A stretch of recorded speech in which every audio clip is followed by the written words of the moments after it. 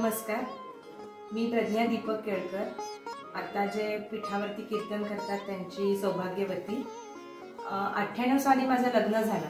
98 साली जेव्हा मी या घरामध्ये आले तेव्हा दासराम महाराज केळकरांशी माझा 2001 पर्यंत 3-3.5 वर्षाचा सहवास मला लाभला.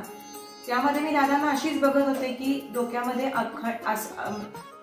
अनंत बाहेरच्या गोष्टी चालू असताना पण ह्या महात्म्याच्या तोंडामध्ये अखंड कीर्तनाचाच अनुसंधान असायचं. कीर्तन कशी जगतात हे केळकर घराण्यामध्ये मला बघायला मिळालं. अण्णा महाराजांची मी सून. अण्णांचा सहवास मला पूर्ण लाभला. सतत मी त्यांच्या बरोबर असायचे, त्यांच्या तोंडात माझं नाव असायचं, हेच मला फार भाग्याचं वाटतं.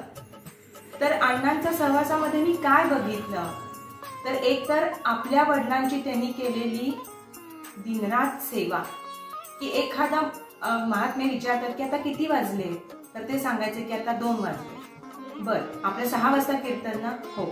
आता किती वाजले? 2:05 झाले. म्हणजे आपल्या वडिलांशी आताच तर सांगितलं की वगैरे अशी काहीही नसताना पूर्ण एका वडील म्हणून, आपले सद्गुरू म्हणून आणि एक मोठी विभूती म्हणून अण्णा आमचे कायम त्यांच्याकडे बघायचे. कीर्तनामध्ये दादांचीच पद, दादांची चरण, त्यांचाच उल्लेख असा वारंवार असायचा. अण्णांची आमच्या तब्येत बऱ्याचदा बिघडायची. त्यांना हार्टचा मोठा प्रॉब्लेम झाला, ओपन हार्ट सर्जरी झाली, नी रिप्लेसमेंट करायला लागले त्यांना. त्याच्यामध्ये मी त्यांच्याबरोबर होते, त्यामुळे मला बऱ्याच गोष्टी बघायला मिळाल्या की काय की फणफणून ताप आला असताना सुद्धा कायम अण्णा आमचे कीर्तनाच्या अनुसंधानात असायचे. आजचा विषय काय, आपल्याला काय बोलायचंय, म्हणजे हाताला जर आपण हात लावला तर चटका वाजेल इतका ताप असायचा, पण अण्णा त्याही याच्यामध्ये अखंड कीर्तनाविषयी बोलायचे. बऱ्याचदा आम्ही रात्री काही निमित्तानं उठलो तर आमचे अण्णा सतत ध्यानाला बसलेले आम्हाला दिसायचे. 3 वाजले, 3:30 वाजले, 4 वाजले तर अण्णा आमचे ध्यानाला बसले.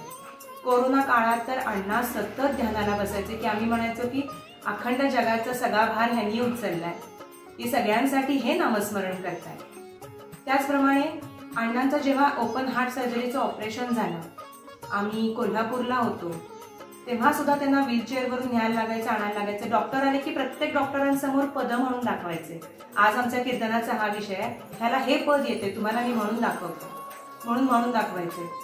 प्रत्येक आलेल्या डॉक्टरांचं त्यांच्या कुठल्या सद्गुरूंशी किंवा कुठल्या संप्रदायांशी त्यांचं नातं आहे त्याच्या बरोबर त्यांचे पद घ्यायचे. समजा गोंदवलेकर महाराज संप्रदायातले असतील तर त्यांची पदं, स्वरूपानंद संप्रदायातलं असेल तर त्यांची पदं, असे बरोबर अण्णा त्यांच्या मनाला भावतील अशी पदं म्हणून त्यांना आपलंसं करून घ्यायचे. कित्येक संप्रदायातली माणसं अण्णांच्या गोड स्वभावामुळं, प्रेमळ वाक्यामुळं आमच्या जवळ आलेली आहेत. अशा थोर घराण्यामधल्या 100 वर्षाच्या परंपरेचा मी एक हिस्सा आहे. त्यांची नातसून, त्यांची सून आणि आता कीर्तन करतायत त्यांची पत्नी म्हणून घेताना मला अतिशय अभिमान वाटतो. अशा घरामध्ये मला वावरताना सतत अभिमान आणि अभिमानच वाटतो. राजा आदिनाथ सद्गुरुनाथ महाराज की जय.